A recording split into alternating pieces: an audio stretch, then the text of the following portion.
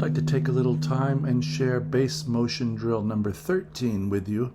This is a B7 flat 9 chord loop where we're just playing the chord tones of B7 ascending and then descending from the root to the third to the fifth to the flat 7 to the root, flat 7, fifth, third, home. I'd like to ask, if you're here on the channel and you're enjoying the content, take a look at the playlists and see if there isn't another topic or some other related videos that you find that you might like.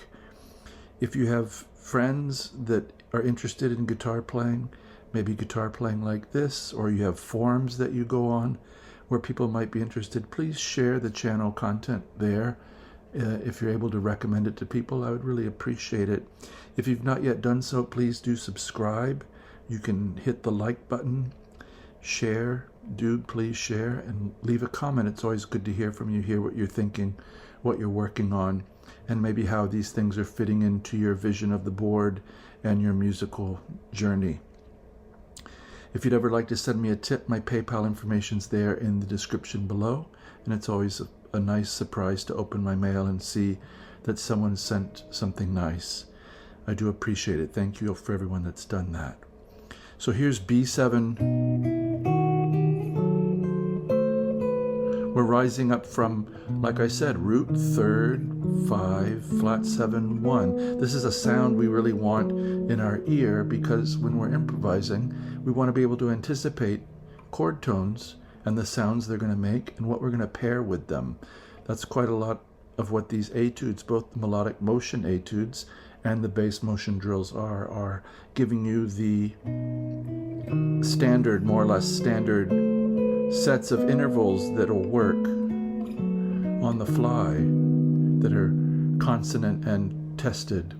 A lot of the examples come from Johann Sebastian Bach, or they're just from counterpoint studies that I've made up.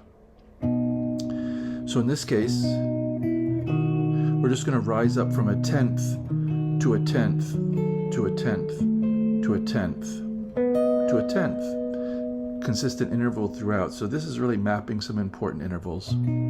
So B and D sharp, 7 and 8 on string 6 and 3. We're going to rise up to E on the 9th fret. We could also finger this second and third finger on 7 and 8 with little finger playing the 9th fret if we want to stay right there.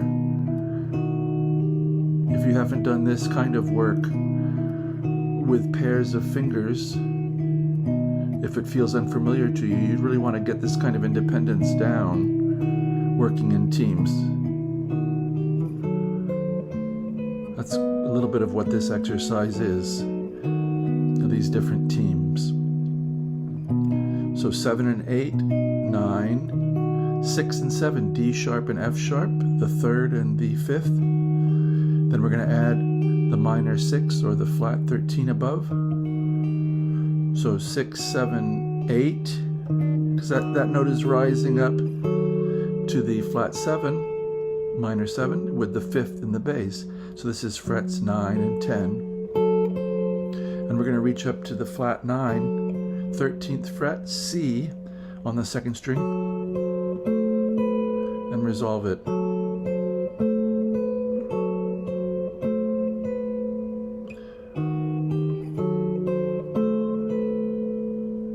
Give yourself sometimes just a little taste and then stop. See what you hear for a continuation. You might not want to go where I've gone in the drill. So we were 9 and 10 with 13 on top, 12 and 13 coming down from the flat 9 to the root, C to B, and now a nice little B7 statement. The root, the 3rd, and the flat 7 in between, 9, 11, 10. This is 12 and 12, A and B, with F sharp in between, 12, 12, 11. This is then a B7 chord in 3rd inversion, the A's in the bass. Then we get, these guys are going to go down. to their next station. So F sharp A with a D sharp in between. I'm using 3rd, 2nd, and 4th fingers because I have stuff to do down here with my 1st finger soon. And we're separating out, we're grabbing 2 with 1 in between. So 9, 10, 8. And then we have a B chord. D sharp, B, F sharp, 6, 9, 7. Very solid 1st inversion B. You could also get it here, 6, 4, 7.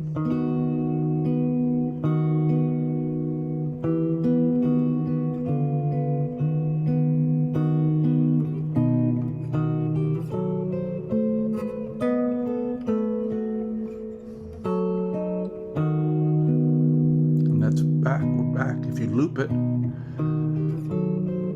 that's how it gets its name as a chord tone loop.